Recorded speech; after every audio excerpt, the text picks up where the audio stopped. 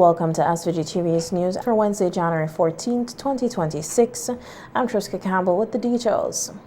St. Vincent and the Grenadines is among 11 Caribbean nations and approximately 75 countries worldwide affected by a pause in immigrant visa processing announced by the United States government.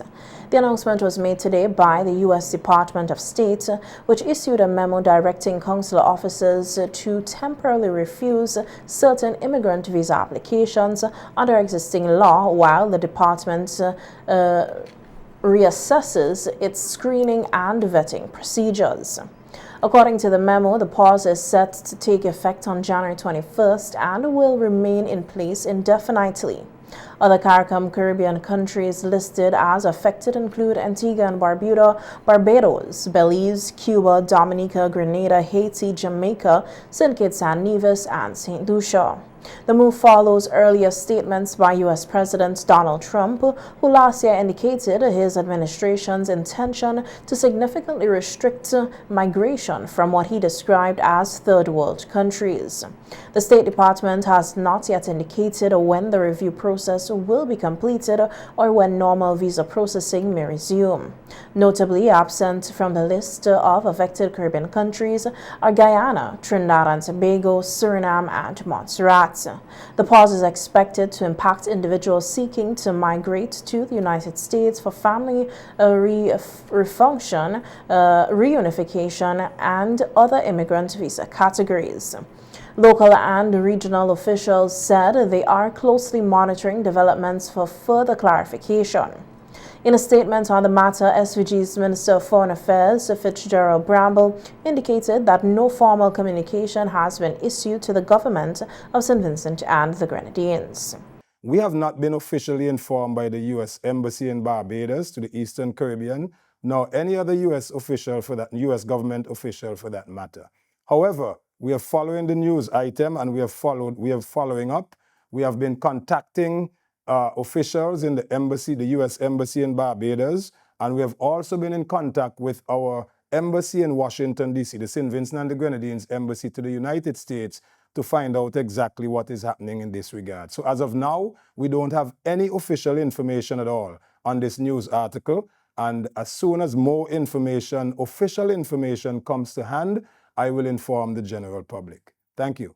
Leader of the opposition, Dr. Ralph Gonsalves, has clarified that proposed alternative parliament and co-advisory group is not intended to overthrow or undermine current governments. Dr. Gonsalves made the clarification during an appearance on Star FM earlier today, amid public discussion and speculation surrounding the initiative. And importantly, you will know shortly who are the coordinators, the leaders of the People's Defense Committees. And I've asked at the national level, politically, for Saboto to coordinate this. This is very important. I know when we said we're forming an alternative cabinet, some of the NDP crazies say, you see, you want to overthrow the government.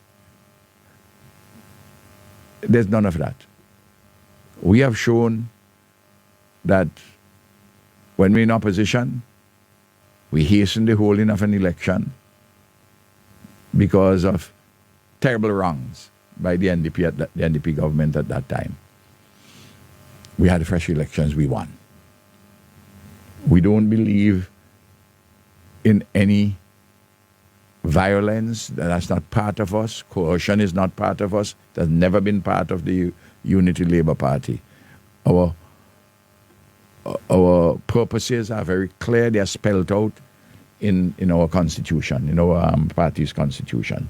According to the opposition leader, the alternative parliament is designed to function as a watchdog and advisory body observing the implementation of government projects and policies as they continue across the country. He explained that the group will monitor national developments and provide informed feedback to the public. On the core advisory group, there are many persons who are hearing me who may like to be part of the core advisory group, and you can get in touch with me. You don't have to get in touch with other people. Get in touch with me, because as political leader, I'm coordinating all of that in relation to the PDCs, the People's Defense Committees, to insist that our gains are maintained and extended. We want to know, for instance, in the various communities, what's happening to the work, with the projects. We started the projects. For instance, I went up to Park Hill, and the cultural, educational wellness center above the playing field is virtually at a standstill. There were 3 workers there. Very little work has been done since November the 27th. And I'll come to that later as to don't buy the excuses and I'll outline in the law why the work should be continuing. Dr. Gonsalves further emphasized that the work of the Alternative Parliament is grounded in the principles of science, which he noted begin and end with observation. He added that the primary mission of the Alternative Parliament and Co-Advisory Group is to closely observe the actions of the government and to give a voice to citizens who feel marginalized or unheard within the current political system. I'm observing science begins and ends with observation. And what the People's Defense Committees are going to do would be to observe and report, and we decide to take the collective action which we decide to take, or individual representational action as the case may be. And we have to the party has to come into the communities and listen. And listen. And where mistakes were made, correct them. That is how we rebuild. I'm not making prediction as to how long the current government is going to last. I'm just saying we have to do what we have to do. So I'm providing leadership and direction on that. The opposition leader maintained that the initiative is intended to strengthen democracy by encouraging transparency, accountability, and public engagement, rather than creating political instability. Minister of Social Welfare, Community Empowerment, Ecclesiastical Affairs and National Heritage, Honorable Shavon John, says her ministry is actively working with staff to develop new projects and programs in preparation for Budget 2026. The minister, who has been in office for just over a month, said she now has a clearer understanding of the ministry's operations and mandate and is focused on delivering results that directly benefits the people. Well, slowly I'm settling in. I've had a good team in the ministry behind me working and getting me to understand exactly what the ministry is all about and working towards policies that will benefit the people of St. Vincent and the Grenadines, especially when it comes to social welfare and development. We know that the budget is around.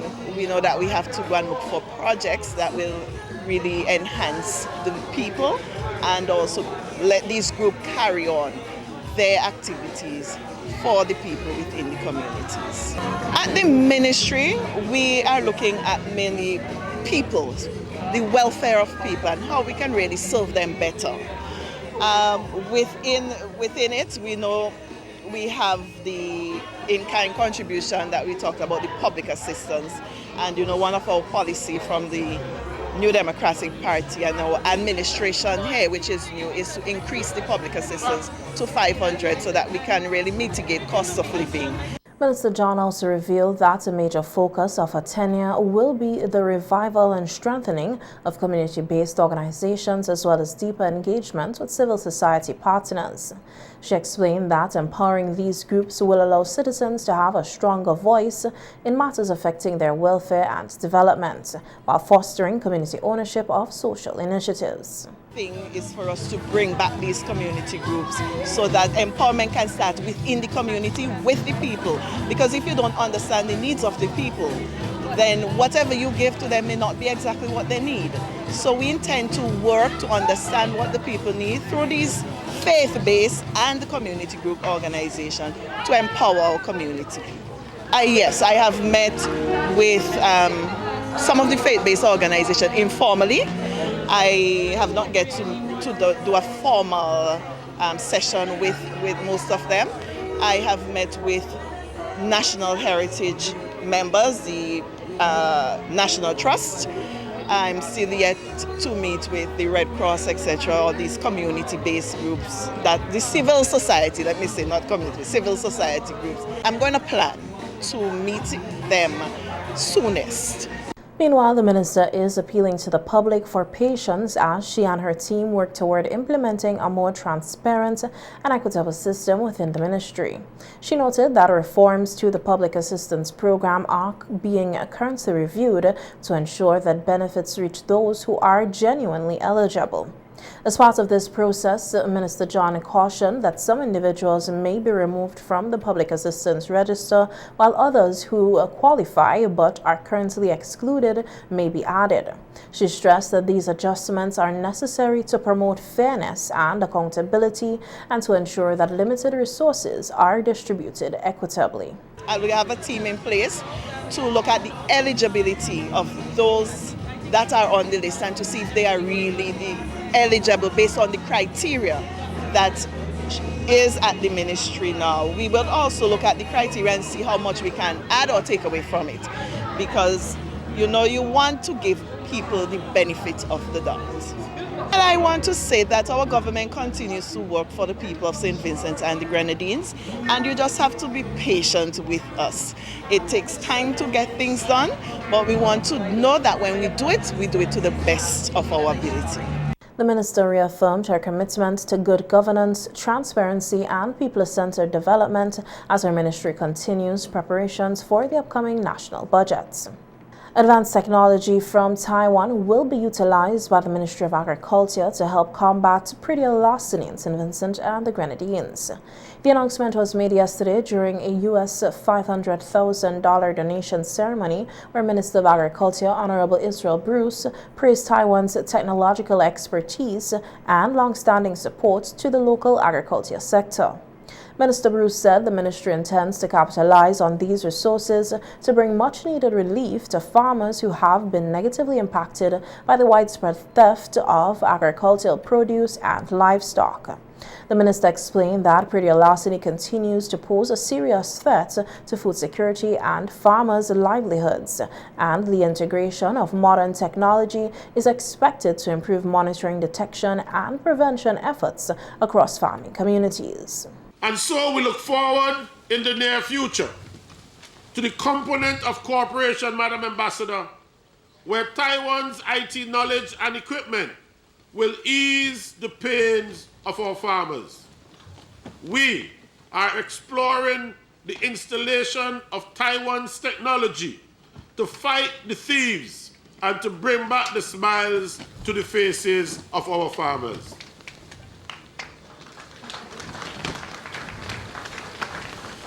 Ladies and gentlemen, this is not just about protecting crops. It is about restoring dignity, hope, and confidence in agriculture. With Taiwan's IT export, we can modernize our system, implement traceability, and stamp on perennial larceny once and for all. Minister Bruce also highlighted the many initiatives Taiwan has introduced in support of agriculture in St. Vincent and the Grenadines over the years. He noted that Taiwan's involvement goes beyond formal diplomatic relations, describing the country as more than a partner but a friend. According to the Agriculture Minister, this strong relationship will continue as both countries work toward a significant expansion and modernization of the agriculture sector, with the aim of achieving a sustained boom in production and productivity. The partnership will not only protect our farmers, it will go a long way to strengthen the four pillars of our economy, ensuring that agriculture, tourism, services, blue economy, and IT go hand in hand. It is a common saying in St. Vincent and the Grenadines: one hand wash, the other and both hand clean. Put in the proper English language, one hand washes the other, and together both are made clean. This proverb reminds us that cooperation is the path to strength. Taiwan has extended its hands to us, and we in St. Vincent and the Grenadines have reciprocated by extending our hands in return. With hands joined, with hearts aligned, and with visions shared, we will overcome challenges, stamp on perennial larceny, and bring back the smiles to the faces of our farmers. Minister Bruce further expressed sincere appreciation for the U.S. $500,000 donation, describing it as a tangible and meaningful contribution that will directly benefit farmers and the wider population. He emphasized that the support will strengthen national efforts to improve food security, protect farmers' investments, and enhance confidence in the agriculture sector. There is growing anticipation for Bequia Sailing Week, scheduled for March 29th to April 6th, 2026, a major component of the annual Bequia Easter Regatta in Bequia, St. Vincent and the Grenadines. The excitement was evident at the official launch of the Easter Regatta activities, which was attended by Ministers of Youth, Sports, Culture and Creative Industries, Kashaka Cupid. Addressing stakeholders and sailing enthusiasts, Minister Cupid highlighted the strong potential of Sailing Week to further strengthen the country's cultural and sporting landscape, particularly in the area of maritime sports, where Bequia has a long and proud tradition. Sailing in particular plays a unique role in our national sporting landscape. As a multi-island state surrounded by the Caribbean Sea, we have a natural responsibility and opportunity to develop maritime sports.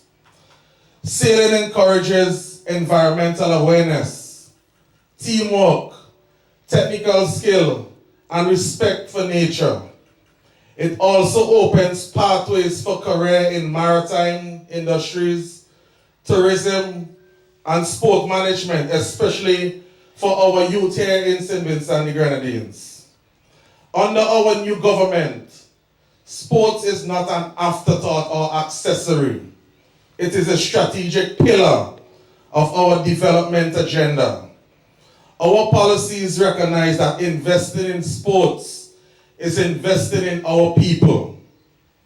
We are committed to strengthening sports governance, improving facilities, expanding our access to training and sporting associations so that we can ensure that our talented young people are nurtured right up to the international level.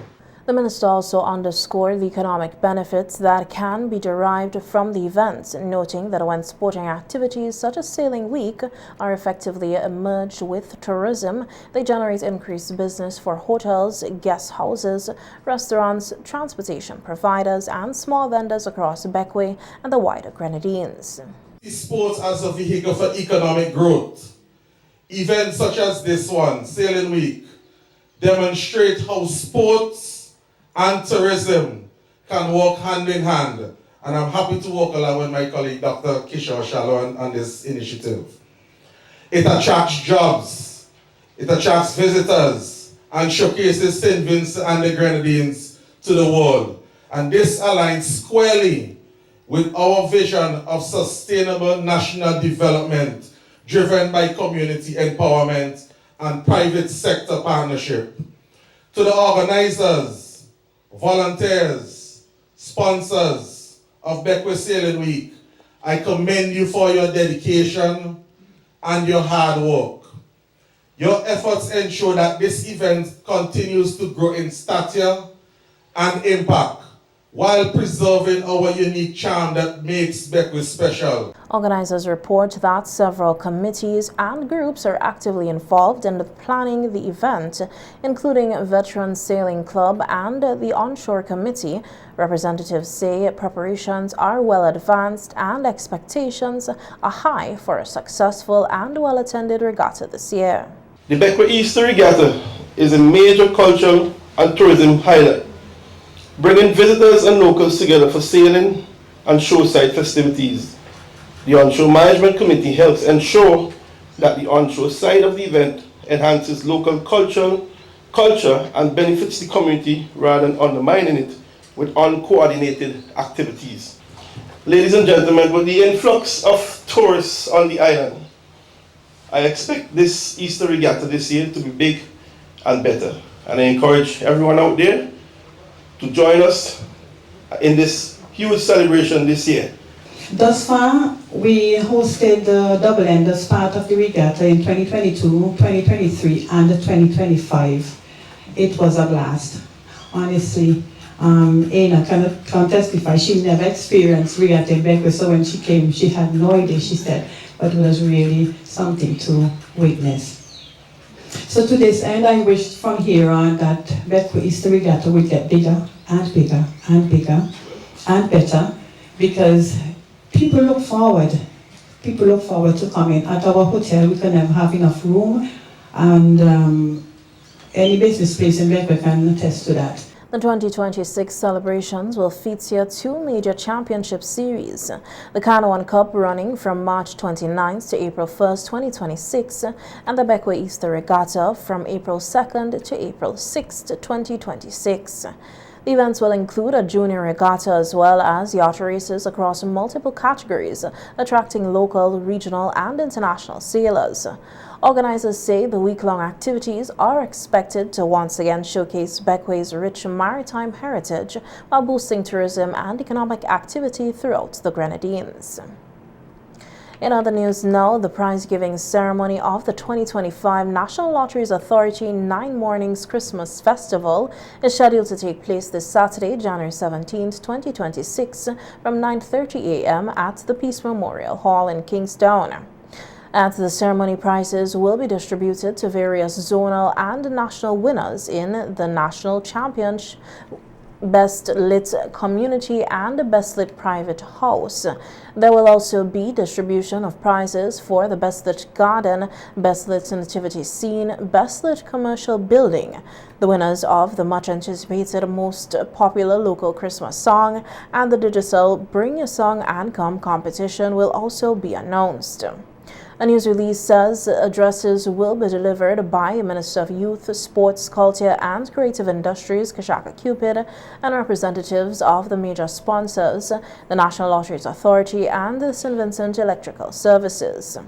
The NLA 9 Mornings Christmas Festival was held from the 16th to the 24th of December, with dynamic programs and successful participation throughout the country.